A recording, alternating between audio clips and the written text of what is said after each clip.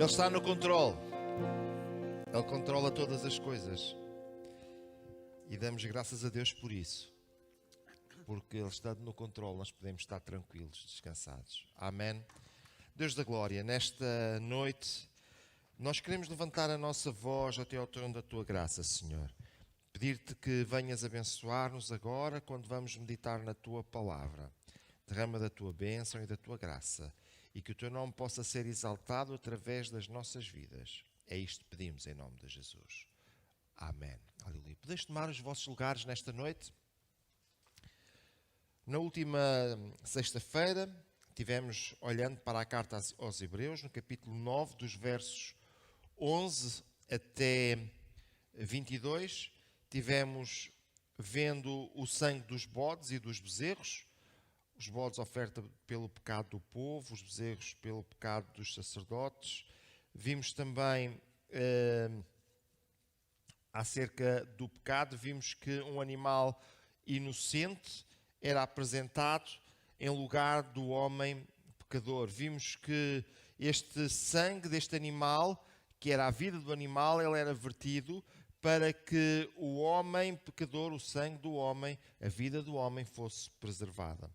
Vimos também que isto acontecia num lugar chamado o altar e que o sangue do animal era derramado no lugar do homem e, por sua vez, o homem deixa de estar condenado pelo sangue do animal. Vimos também, ou melhor, iremos ver hoje um bocadinho acerca do testamento e da morte. Eu não sei se vocês já fizeram o vosso testamento.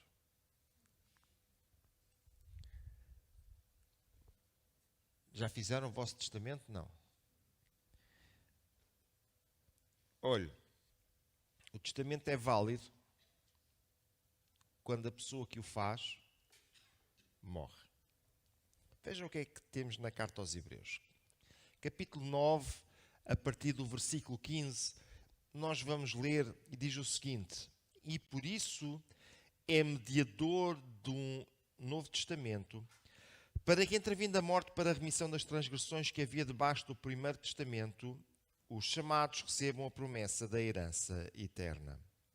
Porque onde há testamento, necessário é que intervenha a morte do testador. Porque um testamento tem força onde houver a morte, ou terá algum valor enquanto o testador vive. Pelo que também o primeiro não foi consagrado sem sangue.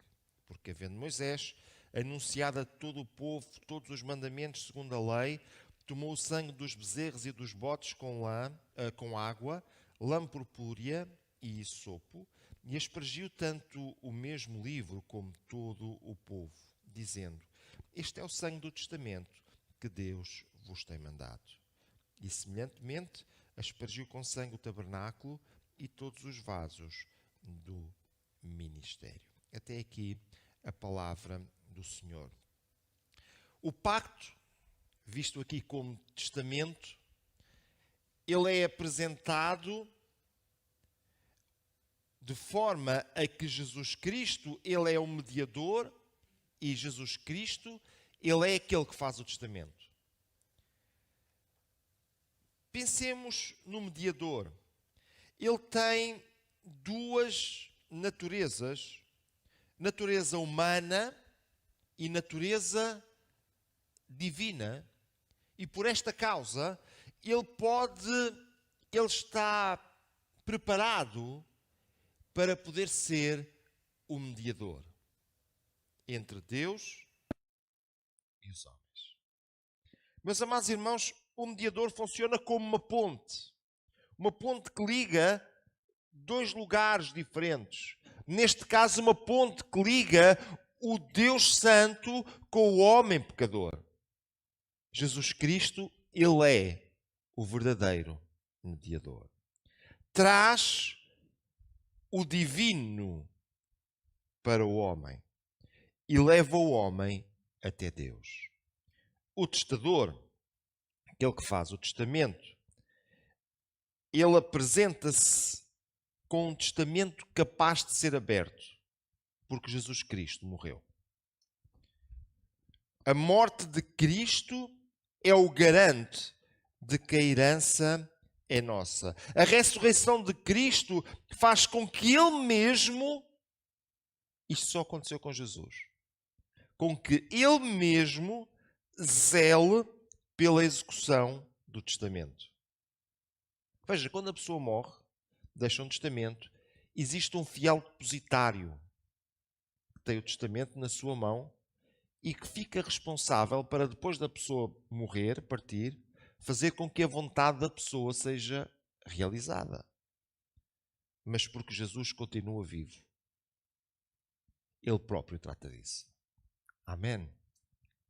Olha, noção de testamento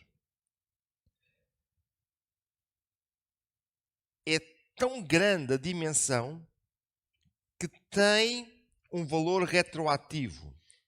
Os que morreram debaixo da primeira aliança são chamados para receber também as bênçãos da segunda.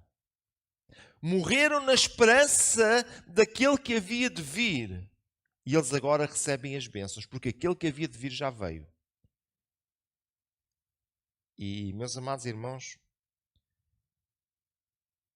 é tão importante nós olharmos para isto e percebermos que Jesus veio para comprar uma eterna salvação para toda a humanidade. Amém? Valida a herança e discrimina.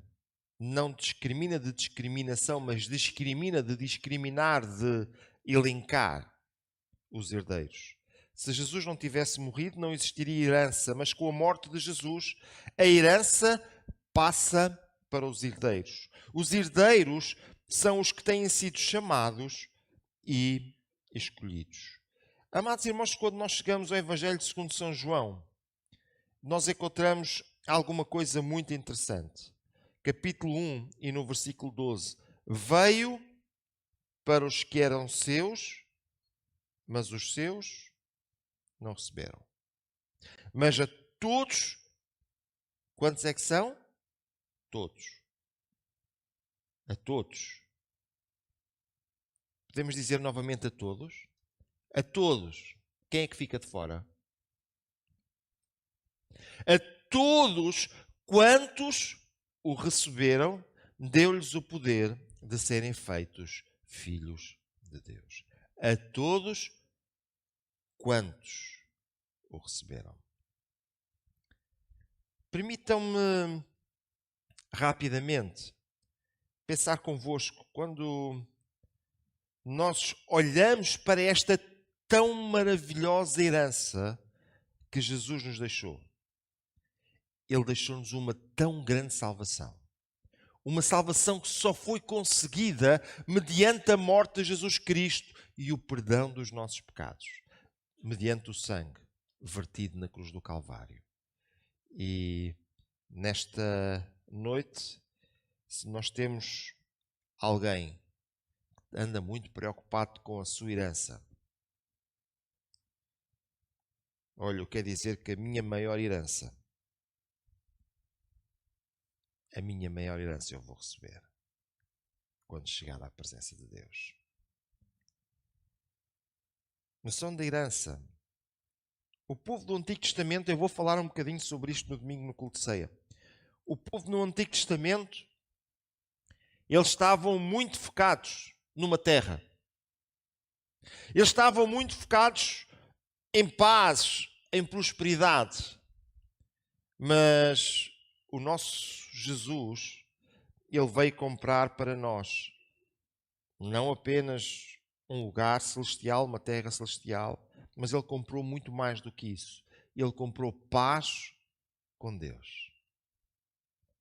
E Ele comprou riquezas celestiais que Ele tem preparado para cada um de nós. Meus amados irmãos e prezadas irmãs, quantas vezes nós ficamos preocupados com a coisa errada? Com tanta coisa daqui. E esquecemos o que temos lá. Um dia, eu fiquei pensando acerca de alguma coisa muito corrente de nós termos que decidir. Às vezes eu tenho que decidir, eu compro isto ou eu compro isto. Eu digo, eu vou comprar isto, é melhor do que aquilo porque dura mais. Já fizeram isso? Olhem, eu sei que há pessoas que gostam de estar sempre a trocar. Eu sei que há pessoas que gostam de comprar uma coisa e eu quero comprar uma coisa que dure muito para não ter que estar sempre a trocar. Conhecem esses dois tipos de pessoas, não é? Sabe uma coisa? Se você quer uma coisa que dura, isso vai ser caro. Concorda comigo? Você compra uma mobília daquelas de madeira de papel, aquilo é tudo muito bonito, ao fim de um ano aquilo já ginga por todo o sítio e ao fim de 2 anos você tem que trocar. Você compra uma mobília daquelas madeiras boas, quando você morrer, os seus netos ainda têm cá a mobília para ficar durante não sei quanto tempo. Sabe porquê? Aquilo é mesmo bom. Aquilo dura. E sabe, a nossa vida aqui é tão rápida, tão passageira, e às vezes nós preocupamos-nos tanto com coisinhas passageiras daqui. Mas há uma coisa que vai durar muito. Dura para toda a eternidade. Qual é a nossa preocupação com isso? Quero dizer-vos que o nosso Salvador Jesus, ele comprou algo muito valioso. Despendeu um valor muito elevado para que nós pudéssemos ter algo muito duradouro e muito bom, com muita qualidade. Olha, permita-me avançar um pouquinho mais nesta noite. Pactos selados com sangue. O primeiro pacto selado com o sangue dos animais. Deixa-me lá olhar para isso novamente. Primeiro pacto selado com o sangue dos animais. O segundo, o novo pacto, ou o Novo Testamento, ou a nova aliança, selado com o sangue de Jesus. Sabe uma coisa? Este selo é uma garantia. Este selo é aquilo que dá validade ao pacto. Venham comigo a Êxodo, capítulo 24, para irmos lá atrás. Vindo, pois, Moisés e contando ao povo todas as palavras do Senhor e todos os estatutos, então respondeu o povo a uma voz e disseram: todas as palavras que o Senhor tem falado, faremos. E Moisés escreveu todas as palavras do Senhor e levantou-se pela manhã de madrugada e edificou um altar ao pé do monte e 12 monumentos, segundo as 12 tribos de Israel, e enviou certos jovens dos filhos de Israel, os quais ofereceram holocaustos e sacrificaram ao Senhor sacrifícios pacíficos de bezerros. E Moisés tomou a metade do sangue e pôs em bacias, e a outra metade do sangue aspergiu sobre o altar. E tomou o livro do concerto e o leu aos ouvidos do povo, e eles disseram: tudo o que o Senhor tem falado, faremos e obedeceremos. Então tomou Moisés aquele sangue e aspergiu sobre o povo e disse: eis aqui o sangue do concerto que o Senhor tem feito convosco sobre todas estas palavras. Veja, o sangue foi aspergido sobre o povo. Tudo aquilo que o Senhor tem falado, nós faremos. Nós estamos a assumir um compromisso. O pacto apresenta Moisés como intermediário. O pacto apresentava o povo de Israel como segundo outorgante ou aceitante daquele acordo tão maravilhoso. Deus, ele apresenta-se como o primeiro outorgante e ele agora faz um pacto, um concerto com o povo. Mas quando nós chegamos ao Novo Testamento, meus amados irmãos, aparece algo muito mais espetacular, porque aparece um pacto, um concerto, uma aliança, mas Jesus é o intermediário. Veja e deixem-me trazer-vos novamente ao objetivo deste livro. Pessoas estavam sendo perseguidas e achavam que já não valia mais a pena seguir a Jesus e que eles iam dar um passo atrás, voltar ao judaísmo onde estavam, para fugir à perseguição. Pessoas iam andar um pouco para trás, talvez alguns já bastante até desanimados. E agora o escritor, ele diz-lhes: vocês já perceberam bem qual é a diferença do pacto para onde vocês querem ir e do pacto onde vocês estão? Vocês já viram qual é a diferença da aliança para onde vocês querem ir e da aliança onde vocês estão? Vocês já viram a diferença do intermediário que vocês querem ter, Moisés? Quando vocês podem ter o próprio Filho de Deus como vosso intermediário. Vocês querem mesmo ir lá para trás. Querem mesmo andar um passo atrás.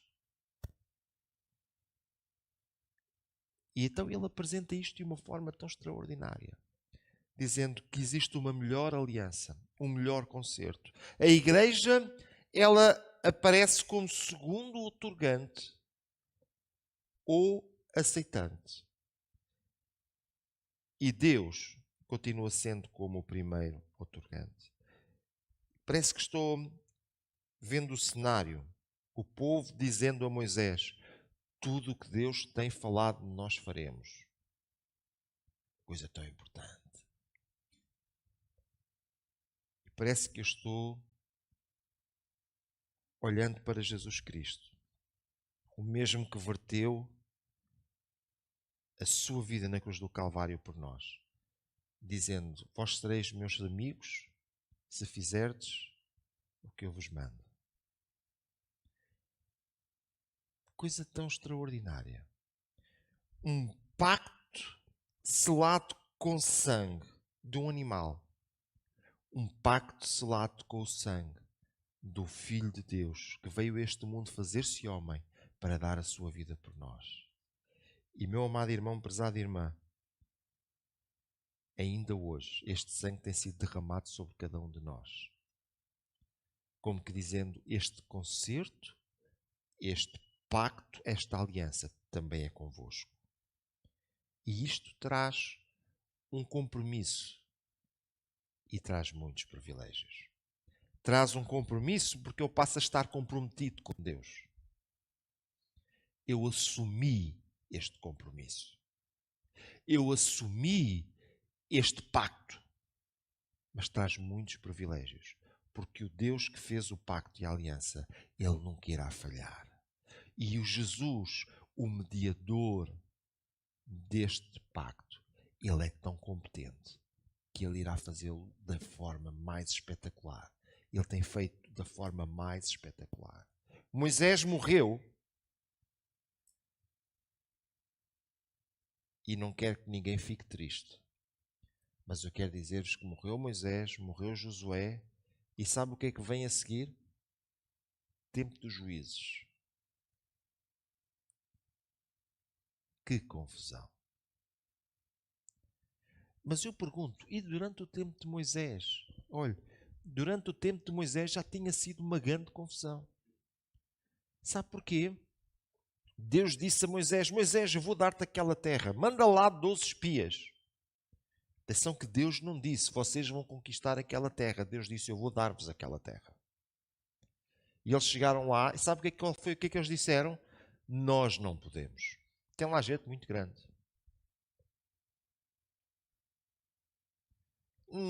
Não me parece. Então, mas eles não tinham feito um acordo com Deus? Eles não dependiam do Deus do pacto? E por causa disso, a vida deles foi uma tragédia durante uma quantidade de anos. Amados irmãos, muitas vezes, nos dias de hoje, nós temos o nosso Deus que nos tem feito promessas extraordinárias. Tem-nos deixado a sua palavra com promessas extraordinárias para a nossa vida. E nós começamos a olhar, a fazer as nossas contas e dizemos: não vai ser bem assim. E sabe o que acontece? Damos às voltas. E eu temo que, à semelhança daquilo que aconteceu lá no deserto, muitos não cheguem a entrar na terra prometida. Não me estou a referir a Canaã, estou-me a referir à terra prometida, à Canaã celestial, que Deus tem preparado para nós. Proverá a Deus que nós possamos nos disponibilizar a estar dentro deste pacto, com tudo aquilo que temos e somos, e deixar que o nosso Deus, Ele possa intervir na nossa vida. O testamento e a purificação. Rapidamente, nós encontramos o sangue dos bezerros, encontramos que tratava o problema do pecado, encontramos que marcava a aliança. Em Levítico, no capítulo 14, eu já irei ler estes textos para nós podermos ter uma noção. Vemos a água, a lã, a tinta escarlata e o hisopo, e vimos que isto tinha a ver com a purificação do homem e com o fim do estado de impureza. Eram rituais que eram feitos, e também ele permitia o regresso à comunhão. Leiamos os textos. Levítico capítulo 14 e nos versos 4 e 5. Então o sumo sacerdote ordenará que aquele que se houver de purificar se tomem 2 aves vivas e limpas, e pau de cedro, e carmesim e sopo. Mandará também o sacerdote que se degole uma das aves num vaso de barro sobre águas vivas. Por isso é que o escritor aos Hebreus fala da água, da lã, da tinta, da escarlata e do hisopo. No livro de Números nós encontramos: e um homem limpo tomará hisopo e o molhará naquela água, e espargirá sobre aquela tenda e sobre todo o fato e sobre as almas que ali estiverem, como também sobre aquele que tocar os ossos, ou algum que foi morto ou que faleceu, ou uma sepultura. Então, meus amados irmãos, aqui nós encontramos novamente o hisopo, a água e todos aqueles rituais que eram feitos. Quis trazer a título de curiosidade para que nós também possamos perceber a que é que o escritor aos Hebreus se estava a referir. Meus amados irmãos, no próximo domingo, querendo Deus, nós teremos o nosso culto de ceia do Senhor. E eu faço um forte apelo para que possamos estar juntos. Possamos estar juntos para adorar a Jesus, celebrar a ceia do Senhor, lembrar a sua morte até que Ele venha. E permitam-me dizer-vos, existe a ceia do Senhor, tem os dias contados. E eu vou explicar porquê. Porque o mesmo Senhor Jesus que instituiu a ceia disse que era até que Ele viesse. E Ele está para voltar. E quando Ele voltar, nós já não participaremos mais da ceia do Senhor aqui. Falo-emos na sua presença. Mas agora é importante que nos juntemos para lembrarmos a morte do Senhor até que Ele volte. Então façam um apelo para que possamos estar juntos no próximo domingo, a partir das 5h30, se quiserem ver os trabalhos administrativos, ou das 6 horas, depois quando começaremos já o culto em si. Que o Senhor abençoe os meus amados irmãos e irmãs. Nós vamos